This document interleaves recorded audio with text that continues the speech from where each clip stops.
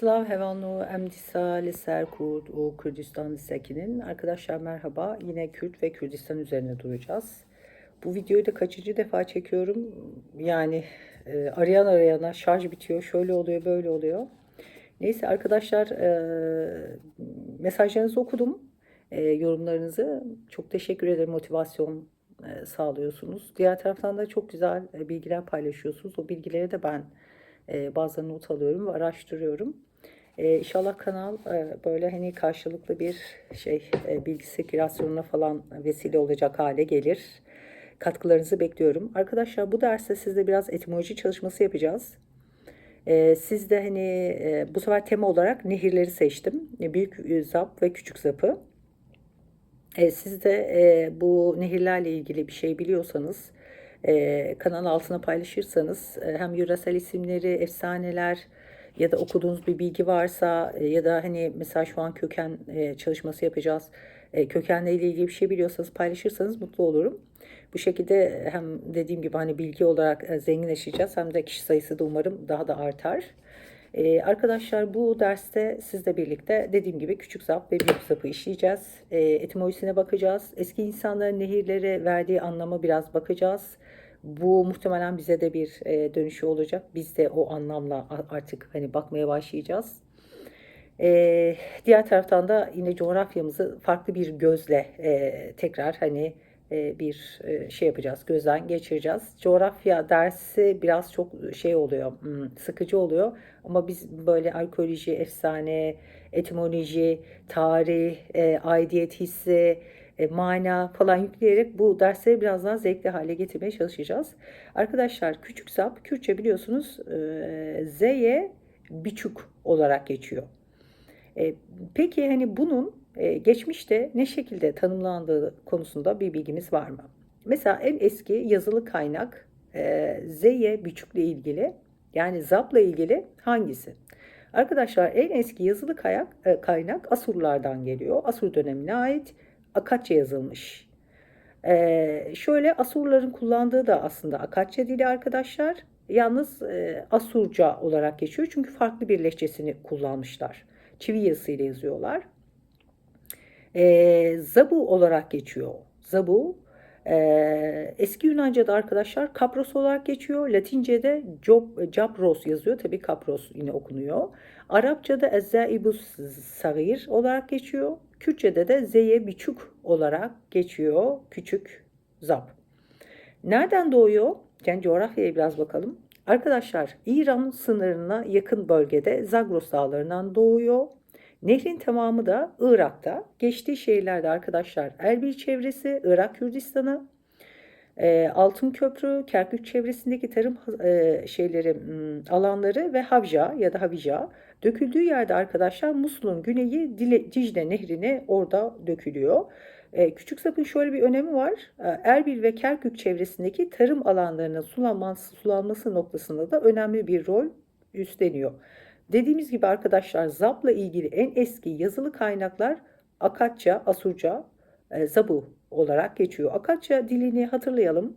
Afro-Asetik bir dildi. Sami dilleri grubundandı. Akat İmparatorluğu yanında Asurlar ve Babirliler de Akatçayı kullanmışlardı ama farklı lehçelerini kullanmışlardı. Biz de Kürdistan'la ilgili bilgilere en çok Zap Nehri ile ilgili bilgileri Asur kaynaklarından elde ediyoruz. Büyük Zap'a bakalım arkadaşlar. Büyük Zap'ta Akatça, Asurca'da Zabu, U'nun üzerinde uzatma işareti de olabiliyor. Zabu olarak geçiyor. Ve arkadaşlar eski Yunanca'da Likos ya da Laikos olarak geçiyor ve kurt anlamına geliyor. Latince'de de ya da Likos, Laikos aynı şekilde. Arapça'da Ezzaibul Kebir olarak geçiyor yani büyük zap. Kürtçe'de Zeye Mezin olarak geçiyor. Coğrafyasına bakalım nereden doğuyor, nereye gidiyor. Hakkari Dağları'ndan doğuyor. Türkiye'de bir kısmı. Irak'ta ana akış var. Geçtiği önemli yerlerde şehir ve bölgeler, Hakkari Dağları, Zahu çevresi, Akre, Busul yakınları. Döküldüğü yerde arkadaşlar Dicle Nehri'ne yine dökülüyor ama bu sefer nerede dökülüyor? Bu sefer Dicle'nin Musul'un kuzeyinden Dicle'ye dökülüyor ve Dicle'de arkadaşlar Dicle'nin en büyük kolunu oluşturuyor. Irak Kürdistan'daki en güçlü akarsulardan biri. Biricik böyle coğrafyasından ve ön bilgiden bahsettik. Arkadaşlar, Zap ile ilgili dediğimiz gibi en eski yazılı form Akatça Asurca Zabu olarak elimize geçiyor. Doğrudan nehir olarak aslında geçiyor bu terim. Kökü muhtemelen Akatça değil diyorlar. Asurlardan ya da yerel halktan elde edilmiş bir terim olacağı söyleniyor. Ama 4-5 tane teori var arkadaşlar. Bu teorileri tek tek sizle birlikte işleyeceğiz. Sizin de bildiğiniz varsa eklerseniz yorum altına mutlu olacağım. Arkadaşlar şöyle bir teoriye göre İrani Kürtçe kökenli bir terim. Dilciler Zap'ın İrani halktan geldiğini düşünüyor ve İrani kök Zap, Z-A-P ya da B, Z-A-B şeklinde yazıldığını buluyorlar böyle bir kök ve bu da akmak, hızlı akış anlamlarına geldiği için bu muhtemelen diyorlar ki İrani ya da Kürdi bir kök. Böyle hani hatırlarsanız tarih ve arkeolojinin bir yerdeki coğrafi sürekliliği tanımlamak için kullandığı yöntemlerden biri neydi arkadaşlar? Dil çalışmaları yapmaktı. İşte bakın böyle bir dil çalışması yapmışlar.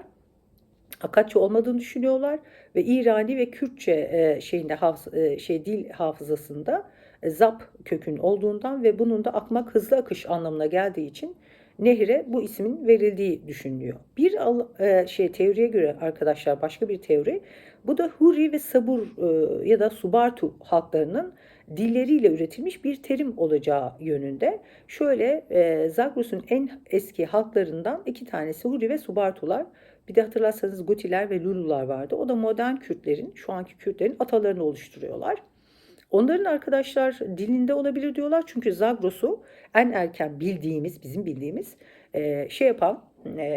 işgal eden onlardı. Orada yerleşmiş olanlar onlardı. Dolayısıyla da onlardan biri olabilir falan diyorlar. Bu da şöyle desteklemek için yalnız şöyle bir durum var, dezavantaj var. Dil çözümlenememiş arkadaşlar. Tahminler var dilin manası ile ilgili, yani terimin manası ile ilgili. Coşkun su, dağdan gelen nehir, yarıp akan su anlamlarına geliyor.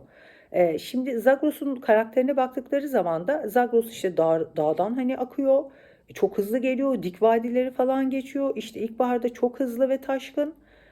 Dicle Nehri'nde de akıyor. Dicle Nehri de çok hırçın ve taşkın bir deniz. Dolayısıyla da nehrin karakterine uygun şeklinde bu ismin verildiğini ve bunun işte bir Hurri, Subartu kökenli bir terim olduğunu ve nehrin tamamen karakteriyle alakalı olduğuna dair böyle bir teori de var.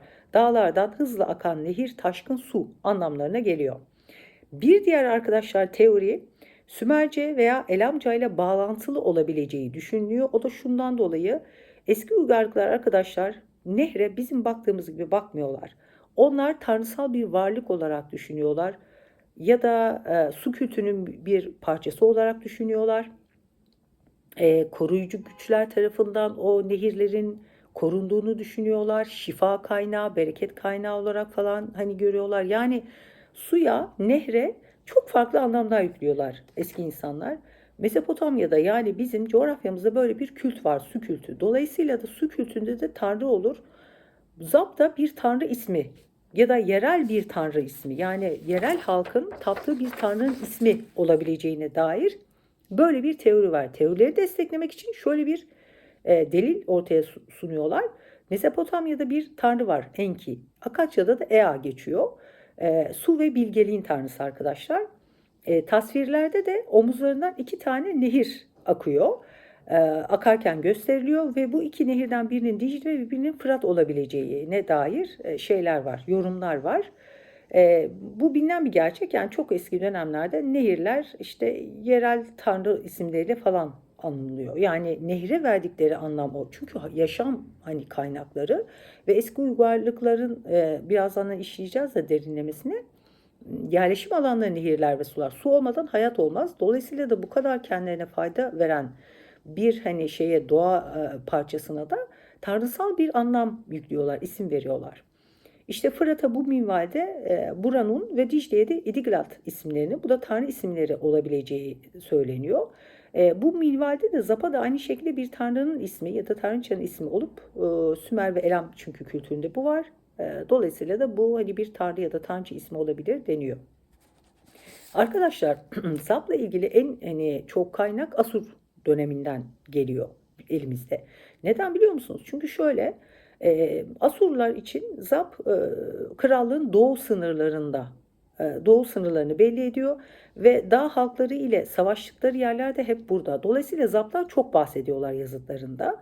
Hatta şöyle mesela yazıtlarda diyor ki büyük Zap'ı geçtim ve dağ halklarına yendim. Böyle hani şeyler bildiriyorlar Asur kralları. İşte bu metinler özellikle 2. Asurnassirpal ve 3. Şalmasener döneminde üretilmiş şeyler, yazıtlar.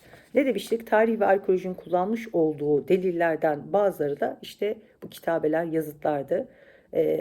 Ya da işte sanat eseri bazıları olarak okuyor ama oraya okuduğumuz zaman da tarih ve arkeoloji ile ilgili bilgi elde ediyoruz açıkçası. Demek ki Asurlar en çok zengin kaynağı veren kişiler çünkü imparatorluğun doğu sınırlarını oluşturuyordu ve birçok savaş da orada yapılmış. Bu arada arkadaşlar konumuz değil ama bir Zap Savaşı var. O da çok önemli. Bu da milattan sonra ama 750 yılında yapılmış. Emevi halifeliğinin yıkılmasına vesile olmuş o savaş ve Abbasilerin iktidara gelmesine. Böyle Zap'ın hani tarihte İslam döneminde de böyle bir önemi var ama şu anki konumuz o değil. Neyse arkadaşlar dediğimiz gibi hani 3 tane teoriden bahsettik. Biri İrani ve Kürdi kökeni olabilir, biri Huri ve Subartu kökeni olabilir, biri Sümerce ve Elamce kökeni olabilir. Bu kadar mı teori? Yok, bu kadar değil. Bir dördüncü arkadaşlar teori var. Diyor ki bu aslında diyor Akatça değil, Hurice değil, Subartu dinde de değil, Sümerce de değil. Daha geçmiş zamana ait diyorlar. Onu da şöyle destekliyorlar. Şimdi dünyadaki nehirleri inceliyorlar arkadaşlar ve nehirlerin de 8.000, 10.000 senedir isimlerinin hiç değişmeden kullanıldığını fark ediyorlar.